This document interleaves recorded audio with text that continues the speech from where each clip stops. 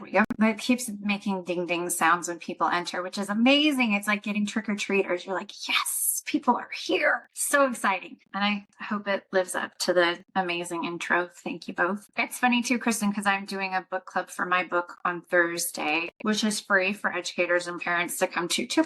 Growing executive function. So we have lots of good stuff going on, just giving back and enjoying our community. So thank you all for being here. There's a sign up if you wanted to join the newsletter where I send like resources and videos and updates and stuff. Absolutely not required though, because I'm not selling you anything, just community and support and all the things that Chad is all about. You already heard my intro, so I'm going to spare you, but I usually put that slide in as a prompt to remind myself, the visual prompt of like, hey, say who you are, because I'm so excited to share this information that usually I just blast right through. But there it is. There we are. And you know what? My mom just joined. I just saw that. That's so exciting. Okay, my loves. I wanted to give you context first. And hi, Mom, by the way, because executive dysfunction comes with a lot of crud. We come in to get a whole bunch of negative feedback, and especially in our productivity focused society, we get a lot of inflation of our values and our morals and our characters with executive dysfunction. So what that sounds like for teenagers is you wouldn't be late if you cared, or, like you're fill in the blank, kind of like an adjective to describe a struggle, like disorganized or messy, or the dreaded L word, lazy. And I'm putting that in air quotes because it does not apply here. So I think to kind of give us some context, some hope, just a good, solid opening, I wanted to tell you true stories. I changed the names, but this is the level of kind of relatability and the level of impact that I've seen in terms of where kids start with these strategies and where they can get. So really quickly, I had a student I worked with that actually threw his backpack really hard the first time we met, cussed at me, just was very dysregulated. It wasn't personal. I get that. So I mirrored back like, okay, I'm not going to waste your effing time back to him, because that's where he was. So this kid very much hated school, did not engage, was physically sick in the mornings, and he got a huge scholarship to his dream college after a couple years of testing strategies and working on these things. Other kids had these like very scattered mornings that made getting ready really tricky, and then they'd show up to school and maybe forgot something and then be in trouble with their teachers and super dysregulated. And with time and a plan and some visuals, they had way smoother mornings. Here's another one that might be relatable: studying super duper hard for tests, spending loads and loads of time sort of staring at the information, praying for osmosis learning. And then when they had more brain friendly, customized strategies that really worked for them, the study time was effective. It actually got less time, but more effective, and resulted in better grades. And then this might be relatable too, JP, who had beautiful homework, but then forgot to turn it in, or was late and missed 50% of the credit, even though he did probably 150% of the work. And he ended up getting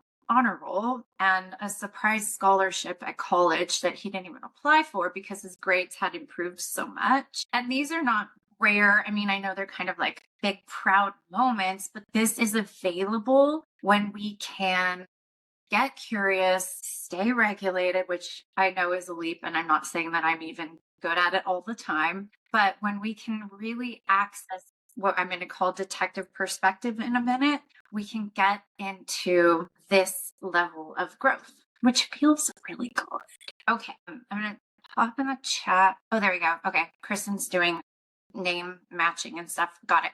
I didn't know if you're getting my attention. So you are here because executive function caught your attention, and executive function can be something that we sort of kind of understand. But if somebody put you on the spot, you'd be like, I don't know, organization. So we're going to very quickly go through the definition, because I really want to spend the bulk of the time on, okay, so what do we do? So there's loads of analogies for executive function, you might hear it's the orchestra conductor or it's the air traffic controller. And I think those really give a good sense of the many things going on and the level of kind of tension and complexity, but it still doesn't tell you the what. So I like to envision it as a tree where we have future skills, emotions and attention, and learning and memory. And these, even though we're talking in the context of students right now and teens and young adults, they apply to all of us and they are ever present throughout life. So feel free to translate, maybe steal some of these strategies for your own human brain because they work and they're pretty universal. So what do I mean by future skills, my friends? I mean, I got ahead of myself. So we're going to get back to that. I mean, things that help future you. So organizing, planning, initiating, all the things that kind of help facilitate the now and the future. But, and as they said on Pee-wee's Big Adventure, this is a big but.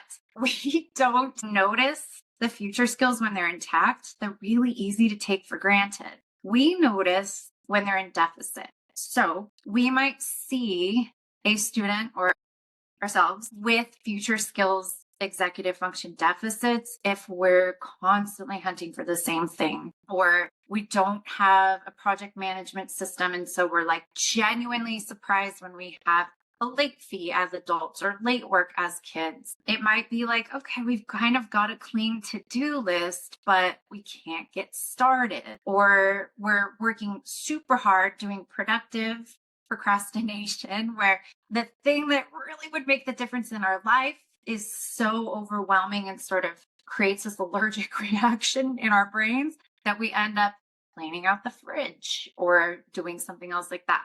Those things all make sense. I hope that they're relatable because I'm adding a little bit of levity just to kind of say like how human of you. But if that's the pattern over and over, especially in a school system where it's not our learning that gets us our grades, it's our completion and compliance. Can I get the work that's assigned done, even if I don't need the practice? And can I do it on time?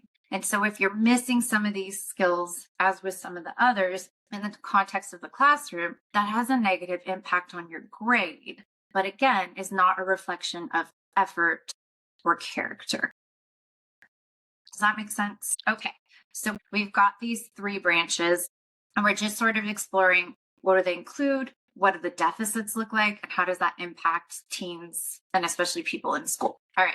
Emotions and attention is that middle branch. And I would offer that this is sort of like the base of the house. We've got to have this intact in order to even be able to use our executive function. Because when we think about kind of that limbic system engagement, that like emotional dysregulation, fight, flight, freeze, all of that is going to serve to sort of impair our usage and communication with our prefrontal cortex, which is right here in the front of your brain, which is most associated with executive function. So long story short, stressed brains can't think very clearly, can't engage with these skills. So having a huge toolbox to re-regulate, to know what works for us in terms of helping us stay in a good headspace and have attention is super important. So all of these I count in the executive function realm for emotions and attention, but we're going to notice when they're missing. So we might see somebody that has a disproportionate response. So it's like kind of feels like a level 2 problem, but you're getting a level 8 reaction. Or somebody who's physically occupying the space, but whose brain has gone elsewhere for stimulation. Somebody who, one of my all-time favorite students, which spoiler alert, teachers do have favorites. Sometimes my earring was falling out while I was doing a science lesson, and this kid that loved class was always in it, and he had that look of like so engaged the whole time. So I saved a good question for him and I asked him, and he kind of did that cartoon blink at me and was like, your earring was falling out, which meant he spent all of his attentional juice worrying about, my jewelry malfunction. And really, even though he was trying, it wasn't in the space that would have gotten him information in class. And that wasn't because he was a bad kid or didn't care. It was just an executive function thing. He didn't have the tools to recognize that he was in that space and to pull himself back. And I didn't have the awareness or feedback about what it necessarily looked like because he's fairly new to me. So I couldn't prompt him either. So we learned from it. All right, my loves. So we've got future skills, kind of planning for our future selves, managing ourselves in the moment, getting stuff done. We've got emotions and attention. Like, can I stay regulated? Can I tune in? Do I have strategies when I naturally, as a human, sort of fall off track? The last branch is learning and memory. So, do I have strategies to manage my working memory, which is kind of like the whiteboard in your brain? It can reliably hold 3 to 7 things, although a better assessment is like how well can it hold things, but it's constantly erased by stimuli. So if a noise happens and I'm trying to hold my grocery list in my mind and then I happen to look outside and be like, was that my chickens? And then I come back to it, it might have erased. So do I have strategies to manage that? Can I either internalize or augment the memory of steps and routines? Do I have ways to manage the input in my life so that I can kind of balance out my processing speed? Can I think flexibly when things naturally don't go as we thought they would? Because, hi, real life, that's the way it goes. Just as a real life strategy, the other night, I was very tired, shock, and your working memory. Realize it takes a lot of cognitive effort to hold things in working memory. It's not something that you can just kind of recall or practice because it has not encoded. It's fresh information usually. So I was like, okay, I have to go to the other side of the house to get 2 things out of the other bathroom. And instead of just being like, okay, I'll walk over there, because you know what happens. You walk into the room and look around and say, I'm here. I have no idea why.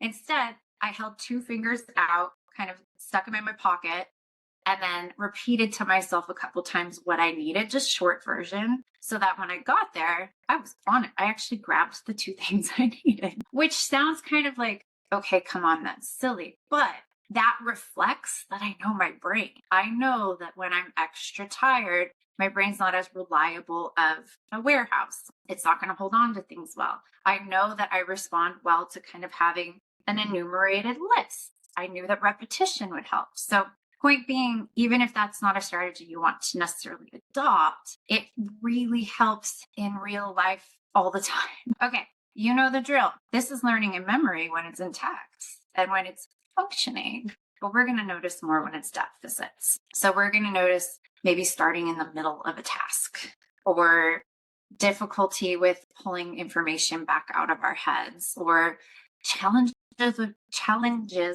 with writing we might see with executive dysfunction because the ideas might come faster than we can capture them, or we might get off track in our writing. It might be the process of keeping track of citations and research. There's a ton of executive function that goes into that kind of stuff. So as you can see, and as I think you're probably applying in your own brain, huge application to adulting, huge application to studenting. So here's the good news. It's all just skills, and we can grow skills. And that is fantastic news because nobody's stuck.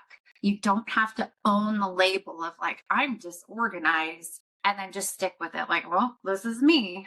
You can work on internalizing strategies. You can build your support team and your support environment to kind of change your space to make it more brain friendly. And if internalizing your strategies doesn't happen fast enough, let's say a student needs a work management system because it's October and they're already behind and they don't have time to build the ship while their grades are plummeting, then we can augment. We can do something outside of our brains to help. So this is a really hopeful space to be in because it all can be supported. I'm going to move my standing desk. There we go. Okay, what's resonating for you right now? As we've had that definition of executive function, is there anything relatable? You can just jot a couple notes in the chat and then we will move on to some perspectives and strategies. Distractibility, working memory, and you might even, hopeful that skills can be learned. I'm going to challenge you to not have that self-awareness turn into self-criticism. So it is okay to be human here. Like Carolyn and Kristen and I, before we all had you come in, we're talking about how real lifey things are right now. And that is totally okay. Okay. Naming and rehearsing in your head, spending lots of time on low value assignments. Oh my gosh. Yes. I can't tell you how many times I've had students work beautifully on like the illustration part or the art part or the, kind of you could go real deep with this part of the project, but it's like maybe 5 points. And then they run out of juice to do the writing, which is 95 points. It happens a lot. Awesome. Thank you guys for sharing your ideas. I appreciate it. Okay. So when we think about, okay, now what, right? Like, okay, cool, Sarah, you just gave me 1,000 skills that define executive function, but what do I do about it? You're already doing it, my loves. We've got the self-awareness, like we're working on becoming aware of our own strengths and struggles, observing our student or our kids and allowing them to safely reflect like, hey, this is what's going on in my brain, or like, I'm really struggling with this. Once we have that awareness, then we kind of take it to the life laboratory and test out some strategies. And then those steps probably sound familiar. After that is where it gets tricky, because a strategy will not be a panacea. It's not going to be an overnight thing most of the time. It's going to take a little practice, a little like shimmying into it so that it fits you right. And then it's going to take some reflection. And the reflection could be, that didn't work for my brain, or that felt way too in the box, or, oh my gosh, that worked great. What's next? What's similar? All of those are valid because it pops us back into the self-awareness spot where then we can say, okay, if my brain didn't respond well to sticky notes, how can I up the novelty? Maybe I need a sound alert. I'm just spitballing here, but do you see how as you practice and allow strategies to work to varying degrees, when you reflect, you've got new information about how it went. And hey, there you go. You're back into the self-awareness, the strategies, all of that. Okay. This is another way to look at it. So when we kind of look at this process for really all of us, but we're working on teens right now, when we're talking about the self-awareness, I'm going to teach you some ways to model language so that we sound more curious and neutral about our deficits. Because as I opened with, when you've grown up in a society that's going to give you feedback about who you are rather than how your skills are, it's really easy to feel defensive and almost threatened by even talking about executive dysfunction. So if we can neutralize the self-talk, which I'll show you in a little bit, that's going to help a bunch. What else do I want to highlight? I think we covered a whole bunch of that. Just kind of a different way to look at it. Okay. Nerd alert. Here we go. We're just going to talk a tiny bit. So we already mentioned our prefrontal cortex, that spot that we really want to protect with a helmet, is associated with our executive function skills. There's interaction in other parts of the brain, and definitely ADHD impacts other areas of the brain. So we're working together, but executive function's most associated up here. And teenage brains are under heavy duty construction, just like when they were toddlers. So between ages 12 to 25 to 30, we're still developing our hardware and software. So the good news is this is an open window. The great news is the window never closes, but especially right now, because it's under high construction, means that we can kind of get in there and offer some strategies to help develop patterns that are supportive of growth and feel good, rather than having to kind of go backwards later in life and undo them. ADHD impacts executive function. So does autism. So do a ton of other things. Malnutrition, and just kind of in the short term, lack of sleep, stress, emotional dysregulation. If you've had a wonky brain day, it's been some executive dysfunction. There's probably something situational or biological that you're experiencing, which again means that it's not that you're not trying. Okay. Sometimes when we're taking on new strategies, especially with our teens, we can hit some resistance. And that means that there might be an instant like, that's not going to work. Or like, ew, don't tell me what to do, which is fair. That's part of teen development, right? They're wanting to establish their independence, test things out on their own. So the great news is you have resources like chat team group and all of these things that can kind of have people mirror what you're saying, but in a different way, available for your kids. But even as we think about change in ourselves, our brain does not necessarily prioritize change. It can feel like a threat. And so we've got to give ourselves a little bit of time. And like I said, kind of neutralize the way we talk about it so that we can recognize that you might have that like, ooh, no, too much. I don't want to try that strategy either within yourself or within your team. And you can say, oh yeah, I remember that. I know that my brain is trying to prioritize resources for survival, doesn't really want to give that to me, but I'm going to allow this discomfort.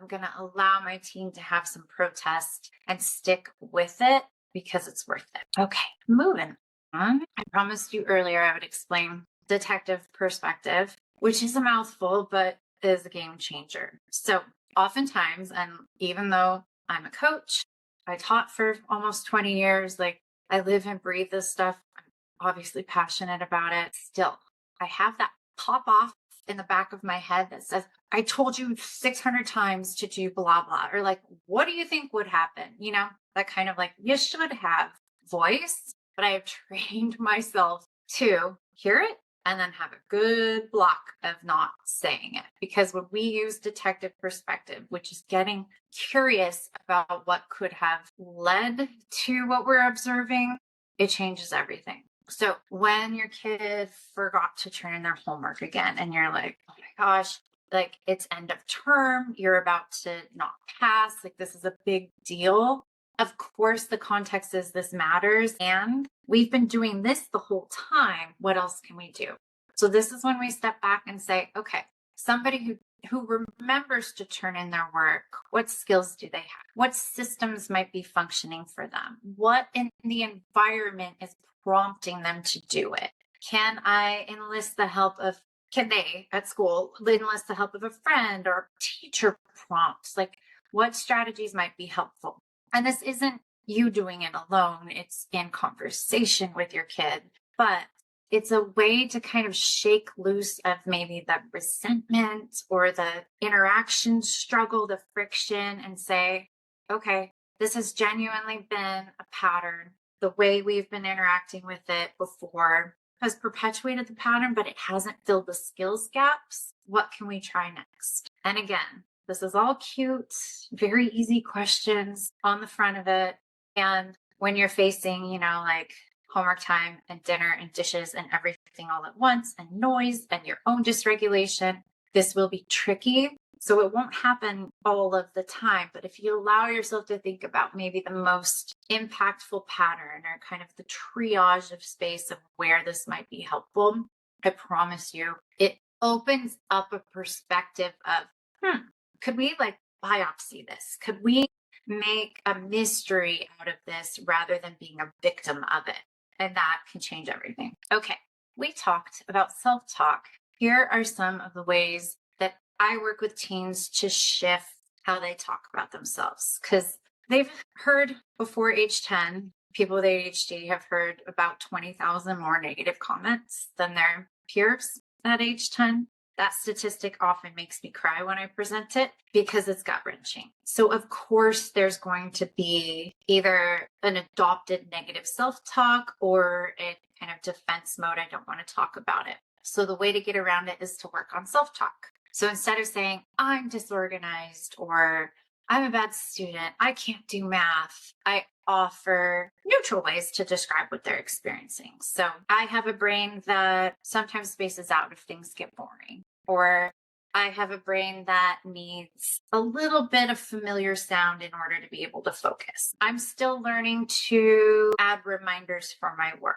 And can you see how that's different from, well, I always forget my work, or like, I can't focus in this environment. Like it gives you something to do and it neutralizes it. So it's not a bad thing. It's not a criticism. It's not anything you're doing wrong. It just is. And having these available does not mean that your teen's going to automatically say them. It's really smart to model it. It's really smart to also rehearse it, because when we can talk in this way, then we can self-advocate. Then at school, when I have accommodations and my teacher forgot, and I need to say like, hey, remember I get extra time. It's going to be way easier if I've practiced in some safe spaces to say, hey, I have a brain that needs some extra time because sometimes I get distracted during my test. And to hear what kids come up with about the way that they describe it is so cool. And then you get to know kind of what their interpretation of their experience is too. So, Kristen, I don't know if we talked about, like, I'm happy to have you share these slides or the recording or whatever so that people don't feel like they have to memorize this. Is that good? Okay. I don't know if you can see me or not, but yes. Yeah, I can. I know. I don't know if people can see me, but the content's the most important anyway. Okay. We're going to talk about 3 kind of my top universal tools for executive function support. So the first one is a work management system. And before you kind of lean back and be like, I'm not a planner, Sarah. No, thank you. I've had so many kids in tears about planners and like, please don't tell me I have to use a planner. You don't. Unless you have a brain that it works for. I love my paper calendar and I have a daily list. So I've kind of adapted for myself. The point of a planner, if we zoom out, is these 3 components. It's work management. We want to be able to capture what we need to do, schedule it, and remind ourselves. And so that might look like photos of the board. That might look like the text to yourself. Generally, I coach people in the direction of let's have one centralized system. But in real life, we have so many inboxes in terms of things to do. Like I have people texting me. I have emails. I have things that come in the mail. I have appointments on my calendar. I have loads of ways that I get information that I need to do. And so I can't have one central system unless I create it. And that's part of my capture process. So when students come up with their own things, one of them made his own private Discord page. And I had to Google later what Discord was. This was years ago. And I wasn't cool. Surprise. I'm still not. But I didn't know what Discord was, but it worked for him. He just popped everything into his Discord as soon as it was like, oh, I need to remember this, or that's important, whatever kind of his mental cues were, put it in his Discord. That worked for him. I've had other kids that love to kind of rewrite the list for the day. I've had other kids who really rely on Canvas or Google Classroom, but then have a couple notes to self if they've got a teacher that's not maybe as reliable on those systems. So there's a ton of variety in that space. But the idea is let's gather it so that it's not floating out of like, oh, I know I have something for math, but I'm not quite sure what, because that feels awful. It can really lead to anxiety and it's not reliable. It could go away if a cool new game was released or something. So I want something reliable to capture what we need to do. And then, we might have these like page-long to-do lists. When do they happen? So schedule is the next part of this work management system. And full disclosure, making the invisible visible, this takes a lot of executive function because I could be cute and be like, okay, I'm going to record 100 podcasts from 9 to 10 a.m. and then post 75 things on Facebook from 10 to 10:30. Do you feel what I'm saying? I could schedule. That is not realistic. So being able to estimate tasks, know when my brain's available for high focus or high energy. There's a lot that goes into it, but scheduling realistically is the next step.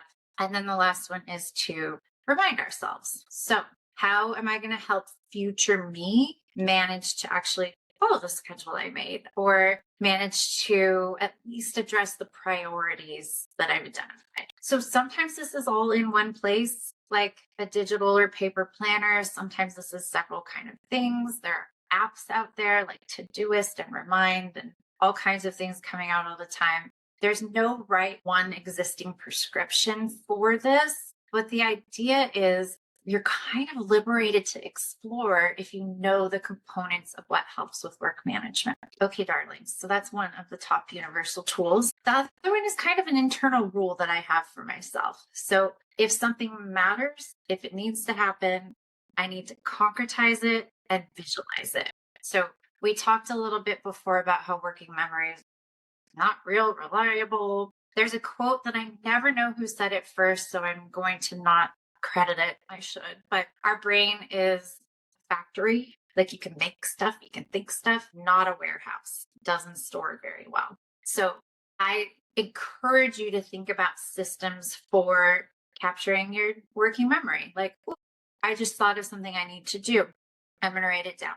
When I'm in a coaching session, my lovely brain might make an association if somebody says grocery store during coaching. And then I'm like, I need to add Dijon to the list. I usually have the back of my page a day calendar in front of me, and I might just write Dijon and then come back to the present. So I've got a way to capture it without either distracting myself with trying to hold on to it real hard with that cognitive energy, and I'm not going to kind of disrupt my focus. So that's just one example. Another example is if it needs to happen, scheduling it. So that kind of relates back to the capture, schedule, remind. And this is something that will be tricky with teens, because how many times do they tell us, I got it?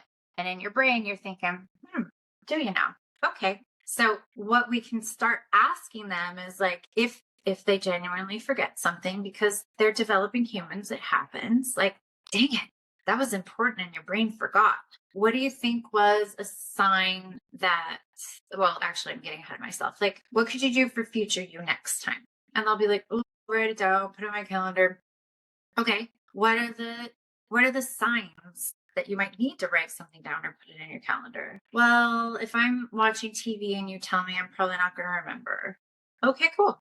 All right. So next time, do you want me to remind you, or do you want me to just like give you a signal? How do you want me to help you kind of develop that skill? So obviously it's not going to be overnight or consistent at first, but the idea is we're just sort of modeling it out loud. We can even say like, ooh, that matters. I'm going to write it down for tomorrow, and I'm going to set a reminder. And just kind of knowing that we may need to coach our kids through that as well. So first universal tool, have a work management system, some sort of capture, schedule, remind. Second one, when things are important, when it comes to memorizing, when we might have scattered attention, I mean, when do we not? Then we're going to try to concretize and visualize things.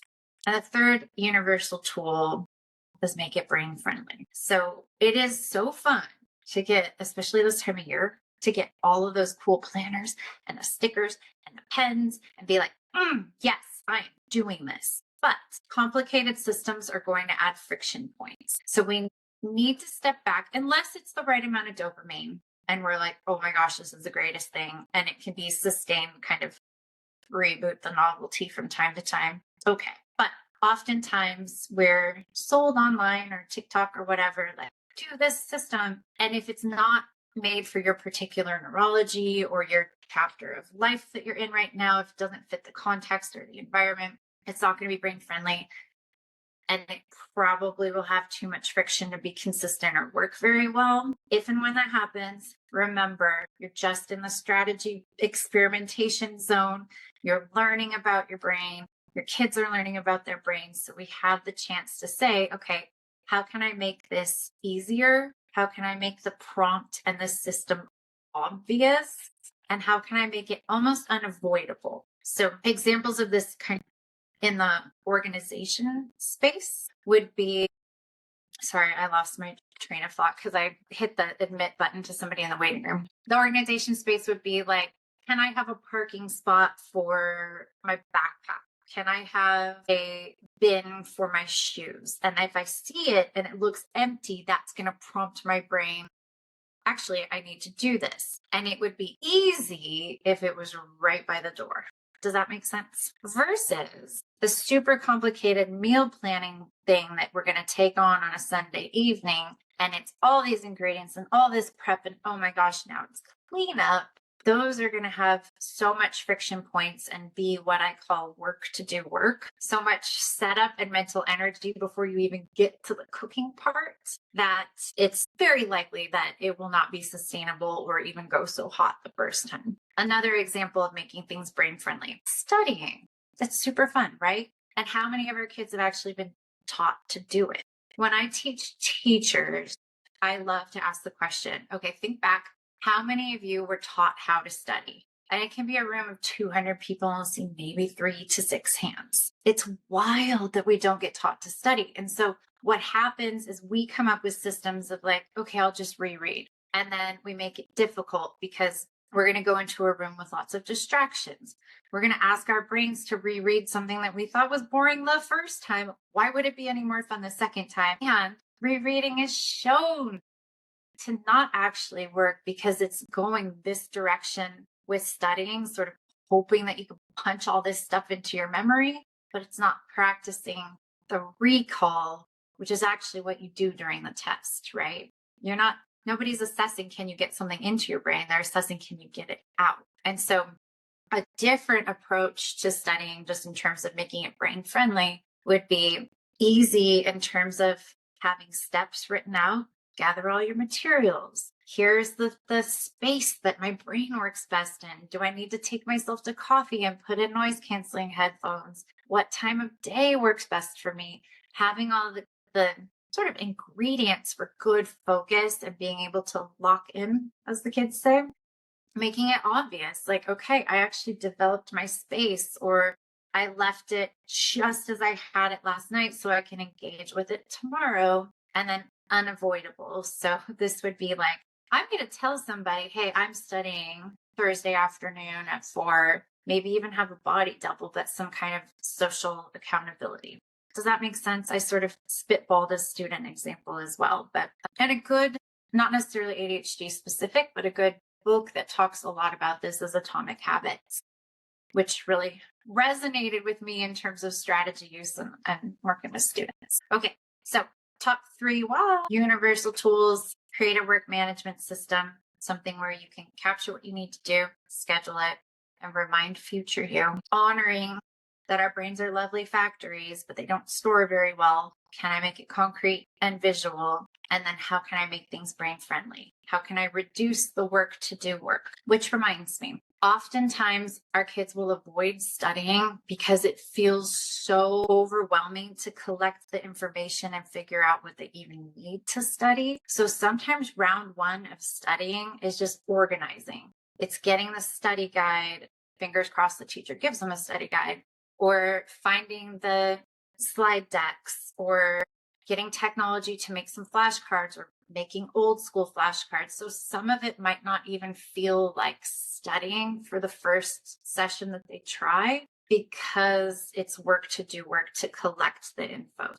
Just a heads up on that. If your kid's really resistant to it, they could need some support in terms of just gathering all of it. And that can be communicated to teachers as well, and say, hey, how can we streamline this a little bit so my kid can focus on practicing getting the information in and out of his brain rather than just like locating it online. Okay, my darlings, I just want to make sure that look at that. We have time for questions. I don't know what we're right there. Okay. I love to end with this adorable cutie pie who called me during the pandemic and was so excited because she learned how to swallow pills. And before you look at the 67 tries and think, did my sister poison her? No, she did not. She was practicing with Tic Tacs. But she calls me and with genuine elation says, Auntie, it only took me 67 tries. And I remember envying her and just thinking of how amazing this, at the time, 6-year-old was, that she was able to genuinely celebrate that it wasn't 70 or that she actually got it. Like, I don't even think she cared about the number, although she did track it, which is pretty adorable. But I want you to take a little bit of that Emmy spirit and see, what if you allowed yourself or your team, what if your teen allowed themselves unlimited attempts? What could we develop? And once you kind of get a hang of that, like, I didn't think I could do that. What else is hidden in there? It really game changes. And I love, like, I'll get texts from coaching clients that say like, oh, I have to share this win with you. And I'm like, it becomes this juicy, magical experience. So I threw a boatload of information at you. I want to offer that you don't take all of this out into the world at once. Take some time right now and make a plan. What's one strategy you want to try or offer to your kid to try? And then how will future you do that? Do you want to text it to yourself? Do you want to write yourself a note? What's your promise to future you so that you can follow through with one thing that really resonated with you? And I'll give you some time to work on that, and then maybe we can do Q&As. Feel free to drop questions in the chat, or you can also unmute yourself and say, hey, I have a question. Yeah. And no rush on questions, because I know I just also gave you a job of your plan and your promise. We do have some questions popping up, I think. I'm going to use so specific reminders. Ooh, that's a good idea. You might need 67 tries, Angie. That's fair. Yeah. And yet on try 68, you're like, what? Wow, this is awesome. I have a quick question about that. How does your sister talk to your niece to let her have that feeling of it only took me 67 tries? It's a great question. My sister's an amazing mom. That is for sure. Good question. I think she just had space. It was low pressure. It was like, give it a shot. I don't think that it hurt that Tic Tacs are yummy. So, yeah, there was that. And the close approximations were celebrated. It wasn't like, well, you didn't do it, you're never going to do it kind of feel. It was like, okay, pretty close. Let's try again. She could call her auntie and I would celebrate the heck out of her because that's a big deal. It is. So progress, continuing to focus on progress. But one of the questions was a little bit of like, great, we've got all this great information. We as parents know all this information. Our kid's not so hot on the information and might be, I don't know, oppositional about it, in fact. And so that was one of the questions is, okay, well, how do we get kids who react with no thank you, with probably not that polite, to start engaging in these tasks? Yeah. You have kind of two paths and you know your kid. I would say look for the side door. So teens are generally going to slam it if we could get head on, like you need to use this system. They're not going to be fans of that. So it's more like the side door, and it could be a win. We're like, what just went right?